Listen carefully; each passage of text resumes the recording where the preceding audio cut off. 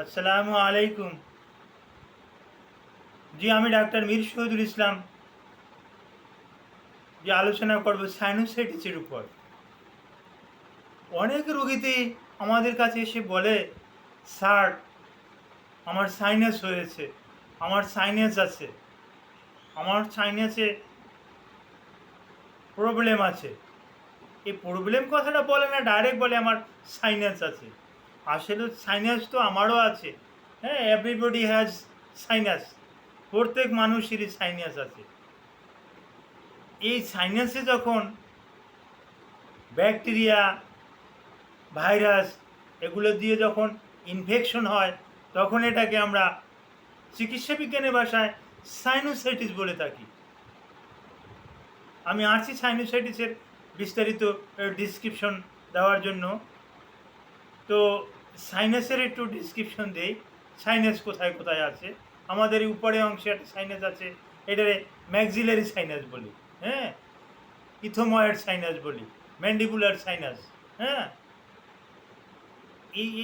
এই জায়গাটায় একটা আছে। হ্যাঁ, এটাকে আমরা প্যারানাজাল সাইনাস বলি। এই এরকমের সাইনাস আছে। আর লক্ষণ কি, লক্ষণগুলো বলি। সাইনোসাইটিসের লক্ষণ: আপনার হাসি হবে, আপনার কাশি হবে, আপনার শ্লেষ্মা হবে, ঘন ঘন আঠালো কফ হবে, আপনার ঘ্রাণ শক্তি নিতে কষ্ট হবে, আপনি ঘ্রাণ শক্তি হ্রাস পাবে। ভাইরাস দিয়ে হলে আপনি ঘ্রাণ শক্তি আপনি নিতেই পারবেন না।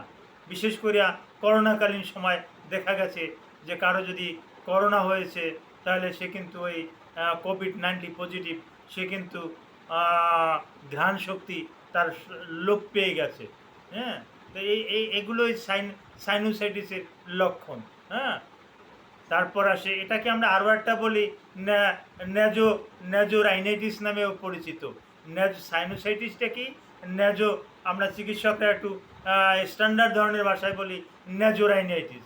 এই ন্যাজোরাইনাইটিস বা সাইনোসাইটিস এটা হলে ওই ঘন ঘন আঠালো কফ, হ্যাঁ, এগুলো গলার গলার থেকে শুরু করে, হ্যাঁ, লাং পর্যন্ত ছড়িয়ে যেতে পারে। এবং এর কতগুলো পরবর্তীতে চিকিৎসা না করালে কতগুলো সমস্যা দেখা যায়। সেটা হতে পারে ল্যারিংজাইটিস, হতে পারে ফ্যারিংজাইটিস, হতে পারে ভ্যাসোমোটর রাইনাইটিস। হ্যাঁ, এগুলো এগুলো দেখা যায়।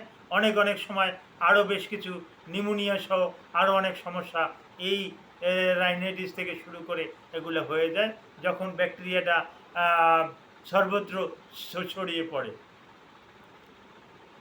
তো এই রকমের সমস্যা হলে আপনার করণীয় কি? হ্যাঁ, আপনার করণীয়, আপনি বিশেষ করে ঠান্ডা জাতীয় কোনো খাবার খাবেন না, ঠান্ডা লাগাবেন না, গোসলটা গরম পানি দিয়ে গোসল করবেন, আপনি ধুলাবালিতে যাবেন না, নাক মুখে একটা মাস্ক পরবেন। মাস্ক পরলে ধুলাবালিটা আপনার নাক নাক বা মুখমণ্ডল দিয়ে আপনার ওই শ্বাসনালীতে প্রবেশ করবে না, শ্বাসনালী আপনার সেফে থাকবে। আর অ্যালার্জি জাতীয় কতগুলো খাবার আছে, অর্থাৎ all kinds of allergic food, যে সমস্ত খাবার আপনি খেলে আপনার জন্য অ্যালার্জি হয়, ওই সমস্ত খাবারগুলো আপনি বর্জন করবেন। এই সমস্ত খাবারগুলো বর্জন করলে আপনার এই সাইনোসাইটিস হওয়ার থেকে আপনি পরিত্রাণ পেতে পারেন। আর আপনার জন্য চিকিৎসা, আপনি আমাদের কাছে আসলে আপনার জন্য কোন অ্যান্টিবায়োটিকটা প্রযোজ্য, যদি নেজাল স্টিফনেস থাকে তাহলে এখন আর ওটা ভালো রেসপন্স পাওয়া যায় না, জাইলোমেটাজোলিন হাইড্রোক্লোরাইড অনেকেই এটা দিয়ে থাকে, অ্যান্টাজল, রাইনোজল, আরও নোভিন ইত্যাদি ড্রপ দিয়ে থাকে। হ্যাঁ, এগুলোতে এখন আর ভালো ফল পাওয়া যায় না, এখন আরও অত্যাধুনিক ঔষধ পাওয়া যায়। হ্যাঁ, যেমন ফ্লুটিকাচন, ওই মোমেন্টাচন ফিউরয়েড, ট্রায়াম সিলোনন অ্যাসিটোনাইট, এরকমের অনেক স্প্রে পাওয়া যায়।